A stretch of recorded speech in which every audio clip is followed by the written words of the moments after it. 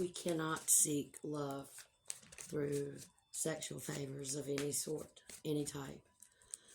This is extremely true to the ones who have suffered some kind of trauma, some kind of abuse, sexual abuse, things like that, even maybe growing up, um, that at this point we are in some kind of feeling that that is all that we deserve, that as long as we're getting some kind of attention or sexual gratification, um, then that's love.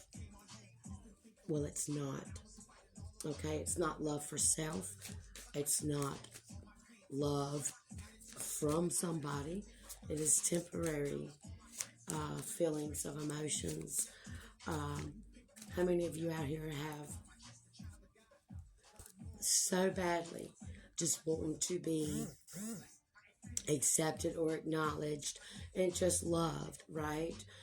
And we go out on a date with this guy, and clearly we're thinking, oh God, it seems so awesome. Maybe we'll, sleep together and he'll love me. And then the next day he never calls you back, right? It is very painful to deal with things like that because sexual trauma is real. It absolutely is. Me, myself, I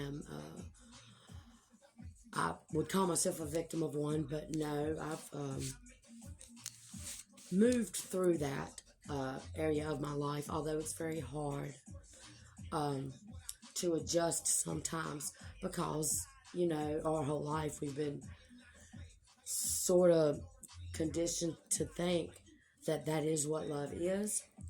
And a lot of times that we're raised in these families that our mother is a man hater anyway, right? And then we watch her possibly use our dad or stepdads or their men coming in and out as we were growing up. And this is the way that we're looking at things, that this is what love is. And it's not. The reason why I'm speaking on this tonight is because there was a vision, so to speak, I guess that's what it was, that had happened to me back in 2021. And God literally took me through hell. It was horrible. Okay, this had a lot and everything to do with sexual gratification, pleasures of the devil, right? I was in the same situation where, we're just seeking out to find some kind of love and affection because we've just been so lonely, you know what I'm saying? And here's the thing. So I was in this big truck. Okay, so God placed me in this truck, and I'm going to be honest with you, I'm going to be very specific. This might even be a part two. It was a huge, big, large, gray Ford.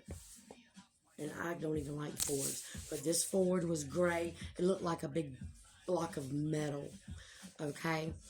And where I was, there was a lady that was driving, okay? And it's like she pulled up and I was sort of guided in this truck, okay?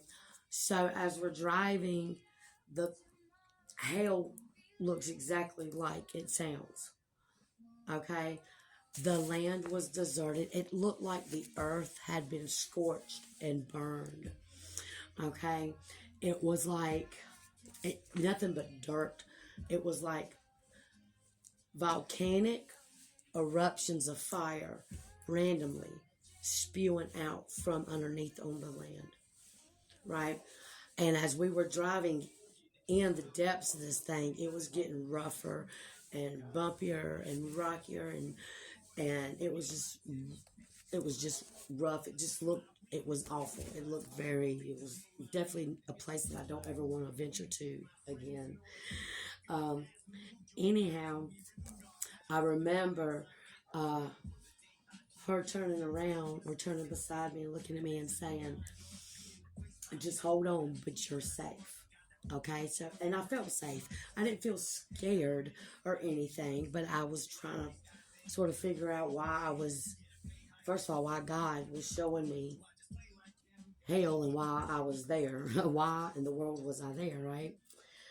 So, this is what I seen, y'all. Mm, mm, mm, mm.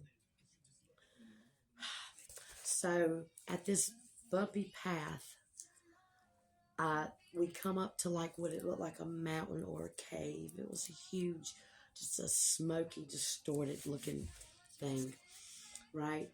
And there were men and women who were deformed in a way. They looked like, honestly, they wasn't normal. It was like reptilian.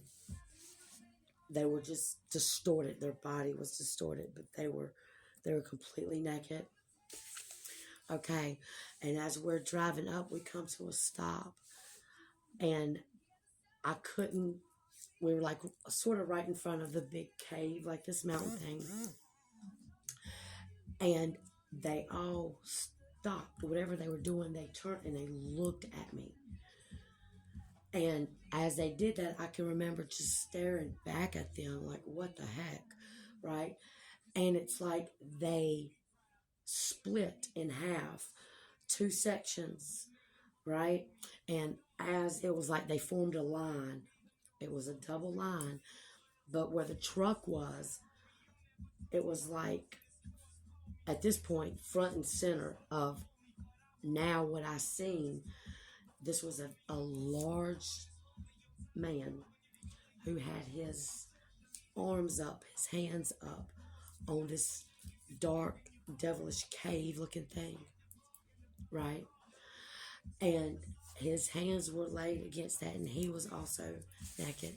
And what God showed me, it was vile.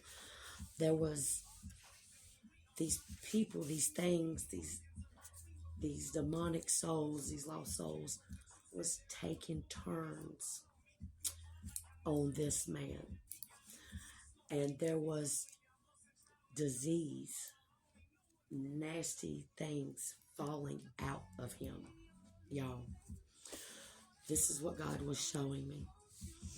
Oh God, it was so horrible.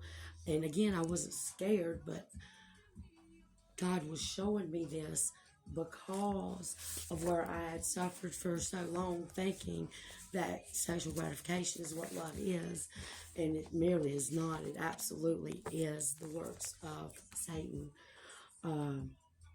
right there. And they were sticking things like inside of him, and stuff was falling out of him. I know it's very graphic, it's very vile, it's disgusting, it's nasty, but this testimony must be told, because what we're dealing with here is a lot of Jezebel spirits, a lot of demonic oppressions, and things like that. This man, it was just so horrible. And this man right here, he had chose his fate. This is a man who went around on the physical world and was just really having sex with everybody, to the point of it was men, women, and animals. I mean, it just went that far, right? This person spreads disease everywhere. And I know we're in this physical world and we deal with people like this every day. And ladies, we don't realize who we're laying with because we're seeking out love and affection. But you're seeking this love and affection out possibly to a person like that who is ate up with straight disease, and you're not seeing it. I'm going to have to do a part 2 on this.